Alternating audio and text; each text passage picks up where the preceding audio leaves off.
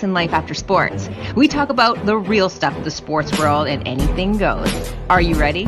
Let me introduce former NFL coach Kirk Broussard, former CFL coach and pro coach Chris Williams, and myself, Tracy Lynn.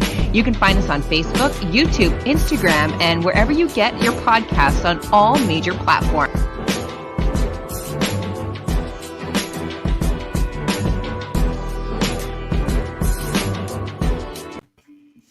Why, hello.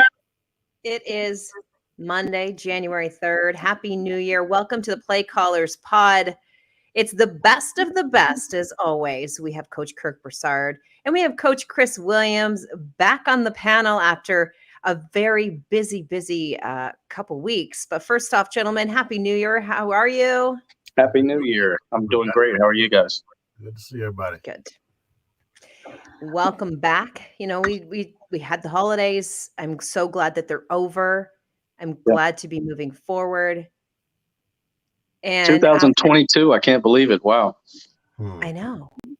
2022. Hey, if you're watching and you have a comment about one of our topics or a question for any of the coaches, please post it in the comment section and we will get to it as soon as possible. Even if you are rewatching this show, we will still answer it. So first off, we've been dying to talk to Chris Williams because we want to get the update as to what went down at the Hbcu Showdown showcase.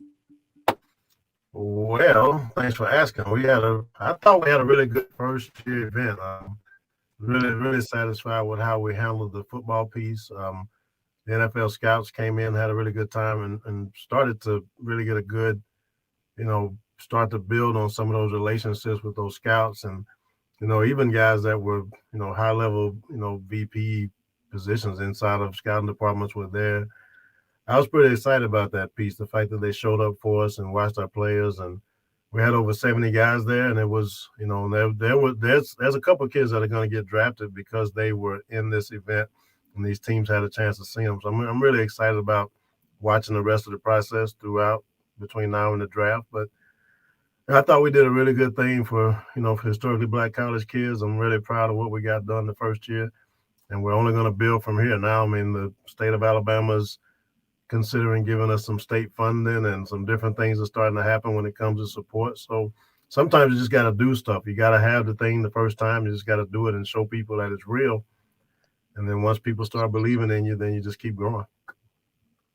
That's awesome. Wow. Congratulations on everything so far. And especially we look forward to how next year is going to go down. And I know you were busy. You were just nonstop. So thank you for everything that you've done. Big headline. And we know everybody's still talking about it. We were talking about it on our chat. We were discussing this a little earlier, actually. Coach Kirk Broussard and I were discussing this, and we'll probably post that a little later as well. Antonio Brown.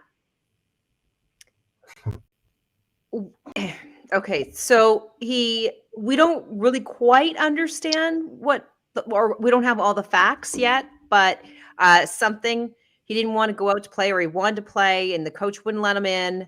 He just wouldn't go in. I don't know exactly the wording that was said on the sideline, but next thing you know, he's walking off. He's on the sideline shirtless. And then there's a report that he's in an Uber because the Uber has gone live with him in the back seat and he released a single. What's going on? What's your take about I know instantly we all a lot of people, it was funny. We did the memes. We laughed at the memes. But now that the dust has settled and we're watching it from a different perspective, this has to be one of the saddest moments that has happened during a live game. And I know that Tom Brady has reached out to say, you know what, show some empathy, show some support, just let him have his time. And of course, the press release, the coach instantly responds with, he's no longer a Buck. Let's move forward. What's going on? What's your take on everything? Who wants to go first? Should I go first? Okay. I mean, I was a part of Spaces on Twitter earlier today with a lot of former players that are from Miami that grew up with Antonio Brown and have known him for 15, 20 years or more. So they had an interesting perspective, because at first I kind of looked at it like everyone else. It's like, okay, Antonio Brown, okay, what is he doing now? Like you're not really shocked. Yeah, not really shocked and just kind of over him at this point. I felt like Tom Brady went over the top by allowing him to stay in his home and getting him another opportunity in the NFL, went to bat for him. So I just look at it as, a lot of us have jobs and we have days on our jobs that are crummy days and we want to just turn our shit in and just, turn our stuff in and just walk out. But that's true. We have self-control, we have discipline, we have professionalism. We have families at home that have to eat. I heard he left $1 million on the table that he could have earned in bonuses. We have responsibilities and we have accountability that restrains us from, walking out. And, we talked about it earlier with the problem in the NFL with CTE. A lot of these former players that were in the spaces with me, they were saying how, you don't get a pension until you reach year 4 in the NFL. When you're done with the NFL, you only get health benefits for 4 years post playing career. So, these are problems that linger on even during your career and far beyond 4 years after your career. And if you're not getting any type of medical treatment for these problems, that's a big concern. And a lot of people attribute it to possibly CTE concerns, but a lot of the guys that were in a part of the space from the Miami area that grew up with Antonio Brown, they seem to think that it's a little bit bigger than that. It's a combination of things. You see in Miami, when you're from a low income area, you don't get a lot of privileges that someone else may get from a 2-parent household, being developed by a real man that teaches you right from wrong, that educates you on how to restrain yourself when you're upset. You have a lot of frustration. You have a lot of, I call it just mental, hurdles that you have to overcome, from the conditions that you grew up in. And, not to completely blame it on that. Like I said, I think it's a combination of things. I think it's a combination of CTE. It's a combination of his upbringing. Because if you go back and look at his history, even in college, he was kind of like on the edge a little bit in college. Yeah. This is just not something that just happened overnight with him kind of doing the unexpected. It's gotten worse. And, you give a guy that never had a lot of money, you give him fame, you give him all these things that he's never really been properly educated on how to handle, and as well as some brain damage, potentially you get a situation like this. And again, we don't know the entire story. We don't know what was said to him on the sidelines, but we do know Bruce Arians' history, and he's been known as a player's coach. He's known as the coach that all the players love. So I seriously doubt Bruce Arians said something to him disrespectful to make him go to that extreme. He could have simply just refused not to go in, waited until the game was over and not been a distraction to the team. He's a guy that wants to bring all of the attention to himself. And I heard a lot of guys that grew up with him making a lot of excuses for him. And some of those things are well taken. Some of those points are well taken. But then again, he's a grown man.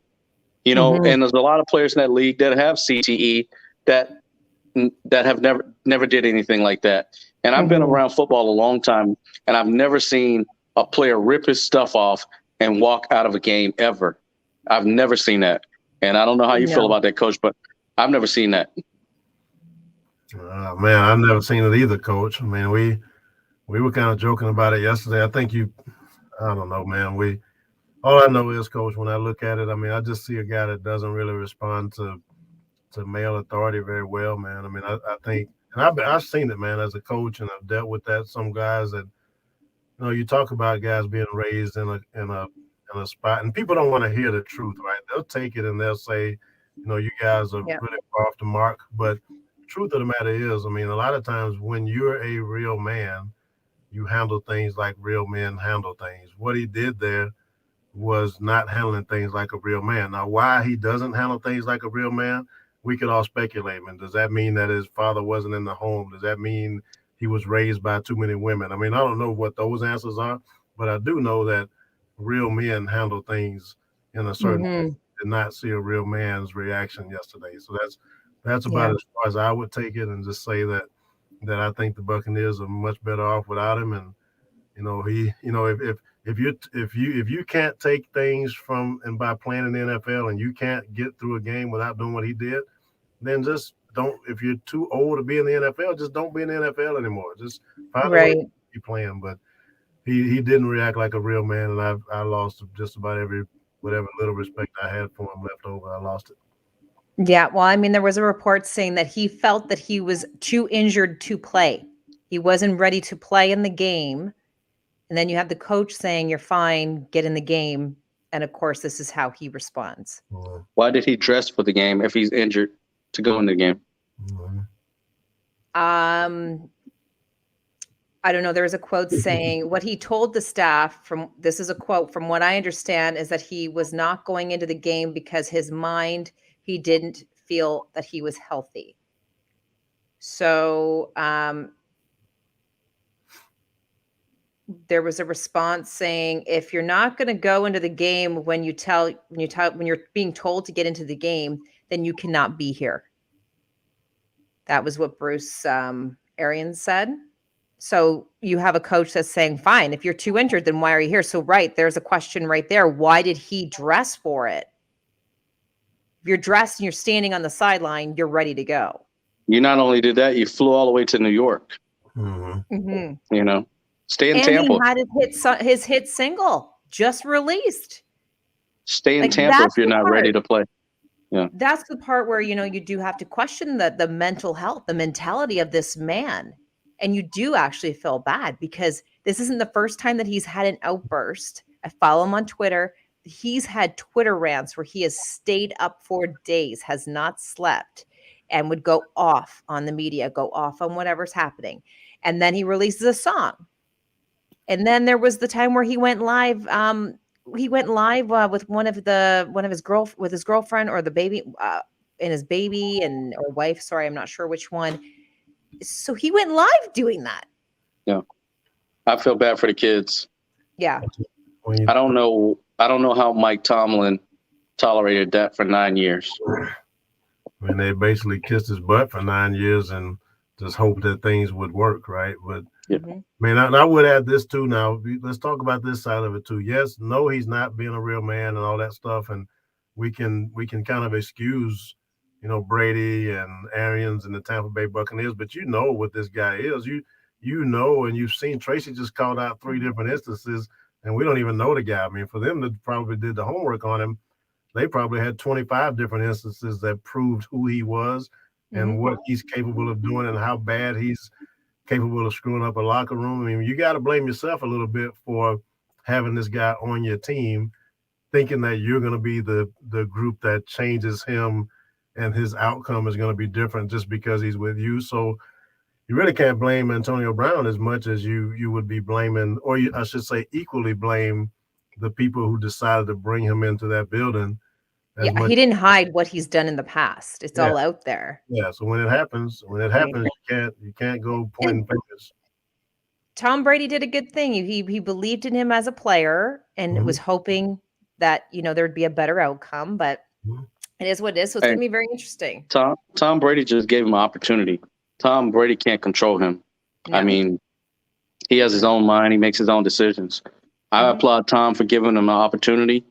And all the time when you make decisions to give someone an opportunity, it doesn't always work out. But at least they try it. Yeah. Yeah, and they just barely won that game. Yeah, they made a nice comeback. That was a nice comeback win. Yeah. It was funny I was watching the games yesterday and I'm thinking, so I got 11 right so far in the pool. I'm surprised one of those New York fans didn't throw something at him when he was walking off the field. Right. They'll throw beers at him. Yeah. So I don't know about you, but funny that when I was watching the games, I instantly was like, okay, great. Now everyone wants to show up and play right now. Like nothing. There were certain games that were unpredictable. Like I didn't pick Dallas, and I got backlash from that because people were like, "How could you not pick them?" But good thing I didn't. Mhm. This comment is interesting. Mm-hmm. Yeah. So Tristan, reputation ultimately is what did Antonio Brown in. I don't think it was his reputation. I think it was his actions on Sunday. It was his reaction, not his Yeah. reputation. It was his Yeah. reaction. He cannot, for the life of him, just take a breather and say, "Okay, hold on. I'm not going to react. Yeah. I'm just going to take, I'm going to count to 10. Like, we all have strategies, especially when you are a public person. Yeah. You have strategies so that you don't flip out. You don't flip out the person in the grocery store or, anywhere where you are in public, because you are instantly judged on that, right? Yeah. I don't know how you can coach someone like that. You can't coach him. No. You can't. You definitely can't criticize him. No. Who knows what he'd do if you criticize him? Yeah, who knows what goes on during practice, right? We're not there. We don't see all of it. But, well, moving along, because I know that this will definitely be a headline that we will be bringing up a few times in the near future. I'm sure it's not going to be going away. So tonight, big game, the Browns and the Steelers. I went with the Browns for my Monday night pick. Yeah, but big game for Ben because it's his last home game. And I know I was watching a story on him and he's bringing all his family. And it's going to be definitely like a big moment for him. So what are your predictions of what's going to happen for the Monday night game, guys? Coach, I'd like to take it. Yeah, I mean, I predict that Ben's going to play one of his best games of the season. First of all, I mean, he's got all those people coming to watch. And funny thing about it is that he's kind of conceding the fact that this is probably my last home game. And so I would imagine that's going to have him play well. And the guys around him should play well because of that. So I think Big Ben and Mike Tomlin come together for one last hurrah and go out on a high note. Yeah, I mean, I hope it ends like that. But as I said, nothing's been predictable at all this season. I disagree. I think it'll be a close game, but I think Cleveland's going to win the game. I think Ben's not horrible, but he's not good. I mean, he's not good. I mean, it's definitely time to retire. I think I think it'll be close because they're going to rally around it being his last game, but I think Cleveland's going to win the game. And I think I said Pittsburgh earlier, but I gave it some second thought. I think I like Cleveland. And I look at that quarterback class from that year. You had 4 quarterbacks picked in the first round. You had Ben, you had Eli Manning, and you had Phillip Rivers. I think Ben is a shoe-in first ballot Hall of Famer. Mm-hmm. 2 Super Bowls, top 10 in a lot of categories. Mm-hmm. Phillip Rivers, top 10 in a lot of categories, but no ring. I think it's going to take some time for him to get in. Eli, I don't think he's going to be a first ballot Hall of Famer either. And there was a 4th quarterback picked in that draft in the first round. Do you remember who it is, Coach? Not off the top of my head. I'm trying to think. I'll give you a hint. He was drafted by Buffalo. Drafted by Buffalo. No, can't think of it. J.P. Lossman. Wow. Tulane. Yeah. Wow. Yeah. Wow. Okay. Yeah, that would be the one to forget out of that group for sure. Yes. Yeah. You are a book of knowledge, Coach Kirk Broussard. I just remember that stats guy. I remember that draft. Yeah. Mm-hmm. Ben was definitely the best out of the bunch, I'd say. Yeah, you probably head on with that first ballot Hall of Fame thing. Probably right about it. Yeah, got to be. Mm-hmm. What should be interesting tonight is that the Manning cast has Bill Cowher, Roger Goodell, Aaron Rodgers. Aaron Rodgers is on there, which I'm shocked after this whole Manning curse. Well, he's not playing this week. I'm going to watch it just for Snoop Dogg. Isn't Snoop on it? Yeah. Well, I believe he's a big Pittsburgh fan, so we'll see. Should be interesting. Oh, yeah. Snoop's a big Steeler fan. I forgot about that. Yeah, that's right. It's fun. I actually really quite enjoy Monday Night Football with the Mannings. Actually, it's Eli Manning's birthday today. Is it? It is. Oh, wow. Yeah, a true birthday of that guy. Yeah. So he's JP Lossman is selling cars. Well, I could use a car, so let me know where he is. Just kidding. I don't have a fine vehicle right now. Okay, let's talk about the Chiefs. Did that blow your mind yesterday? That game. Good game.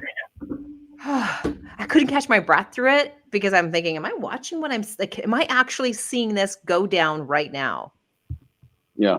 It was either the games were so close or they were just like blown out. Like it was just dumb. But okay, Kansas City, what happened there? Coach Kirk Broussard, we'll start with you. The Chiefs are clicking. I mean, they're clicking at a good time right before playoffs.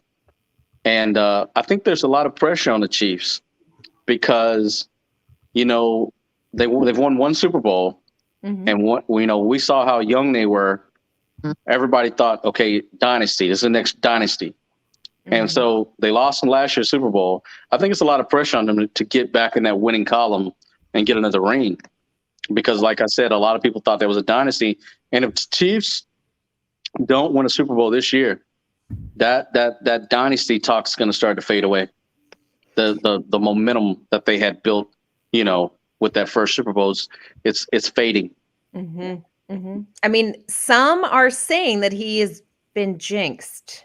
He was jinxed ever since he got his ring last year, because remember, he got the ring. Year before last, yeah. Sorry, yes, when he got that ring, he then put the ring on the fiance. And there's been nothing but issues with media headlines with him. And yes, he's had his good moments and he's had his great time and, he's got his wins. But this year in particular, you put his fiance and you put the brother into the mix. He's kind of a lot of people are ready to see that brother go away. Yeah. And now I understand that meme that I saw with Aaron Rodgers, and he's going up and hugging Patrick and he's saying, I got rid of my family for a reason. I've been winning ever since. So I don't know. Coach Chris Williams, what are your thoughts on Kansas City? That's pretty funny. Well, they lost yesterday, so I mean we can't be all that happy about what we're seeing right now. I mean the pieces are starting to fall apart a little bit. I think the Bengals aren't a team that you would expect to have gone toe to toe the way they did with Kansas City, and then you wouldn't think that it would be happening now, especially for the Bengals. So, I wasn't impressed with the loss to the Bengals, and I think that loss may start the unraveling of what coach is talking about and the dynasty sort of being broken up. So I think we'll see some more negative before we start to see Super Bowl positive. That'd be. I mean, they won the week before, and in the Bengals game, the offense was pretty much in sync. It's just they fell apart defensively. I mean, Jamar Chase just had a lifetime game against them. Mm-hmm. Their secondary looked horrible in that game. Yeah. But the Bengals don't surprise me. That the Bengals are trending. It's a trending upward team. I'm not saying it's not. I'm not saying it's not. I'm just to jump in, Coach. You're talking about a 3-point second half out of that team. The Chiefs, and I wasn't impressed with that. And the Bengals are trending upward, but still you got beat by two people. Offensively, the Bengals are just basically a two-guy offense. They scored 3 points on the Bengal defense. I mean, we can draw some conclusions based on them losing to that team, in my opinion. I mean, I think the Bengals offense has several weapons. I think T. Higgins is a weapon. I'm not sure if he played yesterday, but the kicker, McPherson, is lights out. That's a weapon. Anytime in the goal zone, he's automatic. Mm-hmm. And then, like I said, I think Mixon is a weapon. Mm-hmm. And I think their offensive line looks improved. They're doing a good job protecting Burrow, but I think Burrow's getting it out faster. I think since the injury, I think he's getting the ball out a lot faster. To one guy. I think Cincinnati needs to add more. I see what you're saying on that. Mm-hmm. But I think they got more than just Jamar Chase. Yeah, they do, but Jamar Chase was 90% of the offensive numbers yesterday. And no doubt about it, yeah. The repetitiveness to go to him over and over and over again the way they did, the Chiefs should have been able to, let us see Mixon. Let us see some of these other people you're talking about. But it just continued to be Jamar Chase the whole night. So I was a little disappointed to see that continue to happen. He had a damn near record night. Yeah. Based on pretty much 2 routes that he was running. I was disappointed in looking at that, to be honest. They seem to never make adjustments for him to account for him. They weren't bracketing to his side or anything. It was just man up, and he was just having his way, back shoulder fades. I don't know.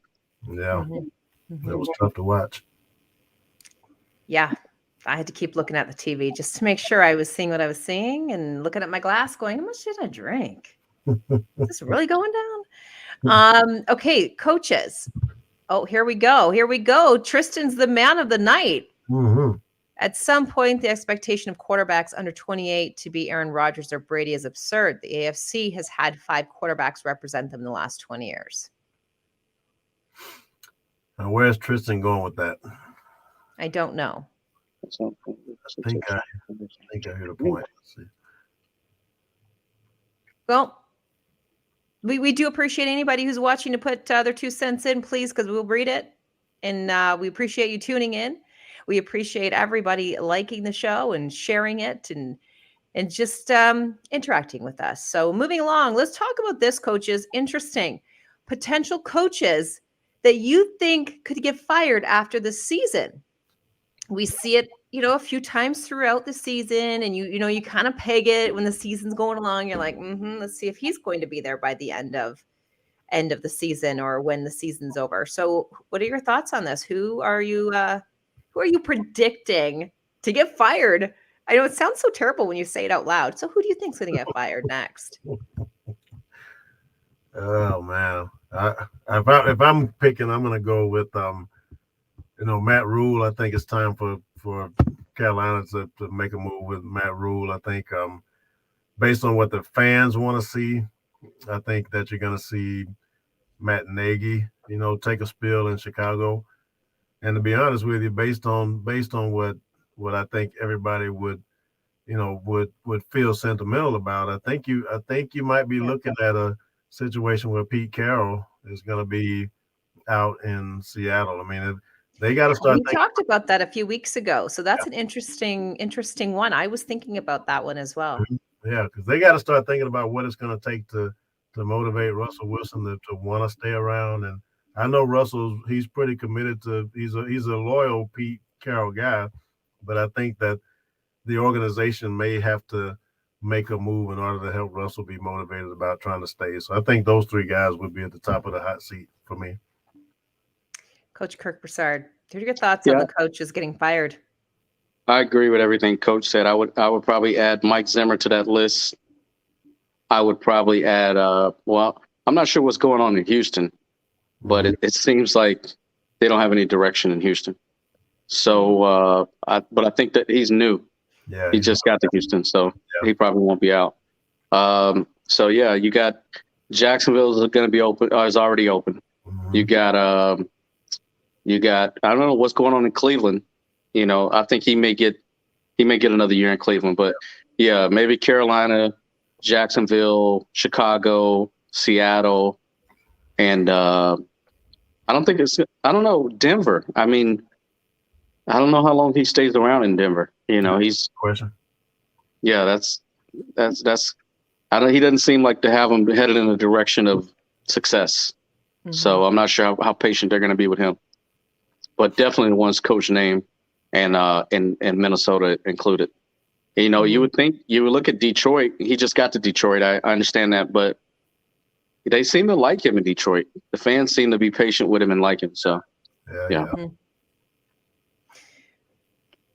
Yeah, it'll be interesting because I know as soon as we start hearing that, we'll be messaging each other, and I'm sure one of you guys are going to be like, "See, I told you," because we like to have fun here at the PlayCallers Pod. Mm-hmm. And I know later on we will be posting an interview that we had with Emmanuel Moody, and it was a great interview. So guys, check that one out. Make sure that you watch that one. So, do the interview coaches want to respond to that one? I think he's talking. He just got to the Jets. I think he gets another year because he's got a rookie quarterback. He definitely gets another year, but I think next year he's going to have to be trending upward. It can't be more the same. You know. Yeah. Okay, so we have a big game that we have to get to and watch, especially because we're going to be watching it with the Manning brothers. Yeah. And I hope that they have cake for Eli, because that would be fun. So let's talk about Super Bowl. I want to get your predictions for Super Bowl. You've seen, like, we are nearing the end. We need to earmark this show. We need to earmark this show on your predictions. I have been so torn. So I'll let coaches, you guys go first. So I know we have made predictions throughout our season, and things have changed because we have admitted along the way, like, hey, we thought this team was going to be great, and then it's okay, they're not doing so good. It's so unpredictable. Like, I just don't even know. But go ahead. I think with COVID, it makes it really difficult to predict. Right. Because you don't know who's going to be playing and who's not. These players need to be in a damn bubble. Yeah. Because they're messing up with my pools. Yeah. Okay, who do you guys think? Who would like to go first on Super Bowl predictions?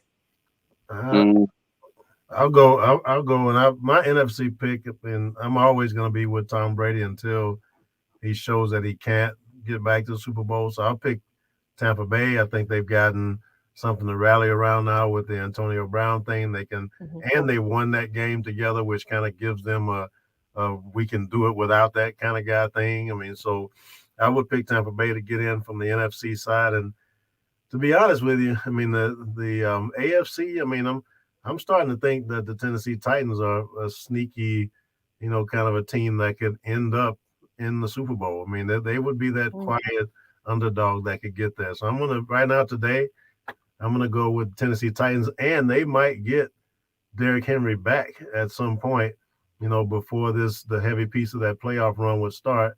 So I'm going to go Tennessee and Tampa Bay right now. Wow. Okay. That's like the first time you've said Tennessee, though. Yeah. So interesting. Yeah, I won. Actually, I know I've told this story before, but it was between between Tennessee. I picked him because I thought that coach was really cute. And I know that like most women would be cringing right now because I had admitted that, but I did, and they won. And so I do have a soft spot in my heart for the coach. So anyways, Coach Kirk Broussard. Okay. Super Bowl predictions. I'm going to go Green Bay. Yeah. And I would have said Kansas City because I thought they would start to click. But after watching their defense against Cincinnati, I don't have confidence in them. So I'm going to go Green Bay, and then I'm going to go Buffalo. And I'm going to say that since Buffalo has been such a struggling franchise for so many years, and now they finally have a good team again, and they had that run in the 90s where they went 3 Super Bowls in a year, in 3 years, where Thurman Thomas, Jim Kelly, Andre Reed, all those guys deserved at least one ring before they ended their careers, right? I'm going to say if Buffalo wins the Super Bowl, then every person, coach and player, that's ever been a part of the Bills organization should get an honorary ring. Yes, you should. Me too. The Bills organization. Yeah. I don't know. I get Thurman Thomas a ring, get Andre Reed a ring. If Buffalo wins the Super Bowl, all the old Bills should get a ring. Bruce Smith. I go Buffalo and Green Bay. Okay. Yeah. And from day one, I've said Buffalo. I definitely, and I'm still a believer, but then there was part of me that was thinking like KC and the Rams. And I'm a big believer in the Rams. I don't know why. I'm torn. I'm torn. The Rams have too many prima donnas. But they win rings. They hadn't won one yet. Well, maybe this was going to be the year. So I'm torn. I don't even know. I can honestly admit I have no idea. Because as I said, originally, like I was even thinking about this yesterday, and I'm like, yeah, KC, Rams, yeah. And then, like you said, you watch that. But the thing with the Chiefs is you watch them, and we've done this on a Monday night. We've talked about them, and the conversation goes two ways. Wow, did you see that game? Or what happened in that game? but it always bounces back. So they go back and forth. I don't know. Hands in the air. I have no idea. I can't predict anybody right about now. I like Tristan's question. He said, "Who's your playoff dark horse?" What do you guys want to answer that, coaches? I'm thinking on that one. What do you think, Coach? I'm trying to think. I don't know. Maybe. I don't know. Maybe a Cincinnati. Maybe. If you're just picking a dark horse, kind of a Cinderella story, maybe I would go New England. Yeah, that's another one. That's another good one. Yeah. Mm-hmm. Wow, I love that you just said a Cinderella story. That's just that's so cute. I love it. Okay. Wow. Okay. Well, that's it. Okay. What would you any last? Okay. Here we go. Buffalo. Yeah. See. Yeah. I mean, we got to talk about the national championship game coming up. Yes, gentlemen, the floor is yours. Well, I mean, really quickly, I mean, Alabama, Georgia. I'm going to pick. Obviously, Alabama's going to win the national championship again. I mean, what Nick Saban is doing. Nick Saban is doing the best college football coaching job that we have seen in the history of college football. I mean, this is on par with John Wooden and what he did in basketball at UCLA. These guys are going to win the championship again, man. I mean, Georgia's already proven. If you pick Georgia, you're just picking because you're hoping Alabama loses. But we've seen the guys, we've seen them play. We've seen some of the head-to-head matchups. You know, we've got all the evidence we need to know that Alabama is going to win the national championship again. Pretty cut and dry. Okay, so you threw some shade there. Now I'm just waiting for it. A month ago, you were sold that Georgia was going to beat Alabama. I know, but we could. You don't remember that? I do remember, but it didn't happen. So, and I've seen the light. Once we saw the game, and when we saw the game, I didn't think they were going to win it, but I did watch the game. I saw what I saw. All right. Yeah, I caught that. I was pointing at you, Kirk. I was like, "Oh yeah, here we go. Do it." Kirby can't win the big game. Yeah, I mean, you were right. Don't get me wrong. You were right about that. Kirby is a great recruiter. He's a good defense coordinator, but he's a great recruiter. But he ain't the greatest X's and O's guy. I mean, if you watch a lot of his games, there's a lot of question marks on some of his decision making. You know, and I read the Georgia fans chat boards, and they criticize some of his in-game decision making. You can't play a team like Saban's team that has equal talent to what you have and expect to beat that team on the biggest stage possible. Because Saban's teams are always well coached, well disciplined, and they have elite talent. You got to match that to even have a chance. And the thing, I would say Georgia would have a legit chance if they had an answer at quarterback, because the kid they have playing, I mean, Bryce Young's he'll eat him up all day. Bryce Young is going to outplay him, and that's the difference. Yeah. I mean, and I told you, everybody thought Georgia's defense is so great, and I give it credit. They have a great defense, but they're like comparing them to, you know, the greatest, the Bama defenses in 92, 93. Come on, man. I mean, because when you look at Georgia's schedule, who did they really play? They didn't play. Good point. The East was kind of weak, you know. So I've never really was sold on Georgia's defense shutting Bama down. I told you that Bama will put up 28 points, and they were somewhere above that, I believe, in that game. I can't remember. Yeah. Well, yeah. You were right. You were right on that. The only thing I would say in defense of myself is just, as young as Alabama is and as new as some of these guys are, I would have thought that Georgia would have been able to handle this particular Alabama team. And then once we got into the game, I mean, you were completely right. I mean, I definitely have to give you credit for that. But now that we've seen them play each other, I mean, I think it's a cut and dry deal right now.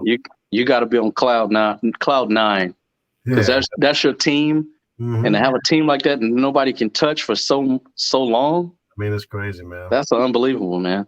100% crazy. Yeah. 100%. I love when we all get along on the PlayCallers pod, because I remember a few weeks ago when there was a few fights going on. It was fun. Good time. It's always a good time here at the PlayCallers pod. I just remember, I remember in the 90s being a big Florida fan and seeing Spurrier put up video game numbers on everybody they played, and I think he won 7 SEC championships in 10 years, and 1 national championship. When what they're doing is even greater than what Spurrier did. So that's crazy. That's amazing. 100%. If we didn't blow teams out, the fan base was upset. Yeah, I mean, it's crazy, man. We were just a quick story. I was driving through Tuscaloosa on the way to the Birmingham airport, right, just last week. And you can see the growth in Tuscaloosa. I mean, Nick Saban has not just changed Alabama football, but the growth around the city, even the highway coach from Birmingham to Tuscaloosa has now become a 3-lane highway on each side. You know, last time I drove through Tuscaloosa, it was just 2 lanes on each side. But for that 40, 60-mile stretch between Birmingham and Tuscaloosa, even the roads are bigger now because people are going in here watching these games. It's amazing what Nick Saban is doing. I mean, he's changing economies in the state of Alabama. It's just, I mean, this is a once in a lifetime thing we're watching for sure. Right. You're right. I don't know what you're going to do when he retires. I don't either. Well, I think right now we need to go watch Monday Night Football. So I hope you guys have a great night. One more thing, Tracy. Yeah. You guys got to go watch. I went Thursday night by myself to the movie and I watched American Underdog, the Kurt Warner story. Yeah, was it good? It was really good. You guys both should go. You got to go watch that movie. Don't wait for it to come out. You got to go see it. It's pretty good one. Oh yeah, I'm gonna go check that out. Okay. I want to watch that. And there's also Man in the Arena with Tom Brady that comes out on Tuesday nights on ESPN. Okay. That's another one that I'm trying to get into. But yes, I did want to see that Kurt movie so bad. So cool. I'm going to go and do it. I'm going to sit there in the corner. Actually, no, we're shut down. Can't. I got to wait. That's right. You know, and Spider-Man broke records here when it just came out. Yeah. Okay. It broke records. So people are going to the movies. Mm-hmm. No doubt yeah, because you guys are allowed to. Yeah. We're only allowed 5 people inside, 10 people outside. Wow. Restaurants are closed. There's no dining inside. You can get curbside pickup. And your cases are surging, right? So they say. I don't know, whatever. Yeah. Let's just wrap this up and get to some football. Gentlemen, it was a pleasure. Monday night with the PlayCallers POD. We have Coach Kirk Broussard, Coach Chris Williams, and myself, Tracy Lynn. Thank you very much for participating in tonight's show. And if you are rewatching this and you have a comment, please do so. Comment in the comment section because we will get back to you. Guys, have a great rest of your week. And I look forward to seeing you next Monday. Have a good night. All right. Bye-bye. See y'all. Bye.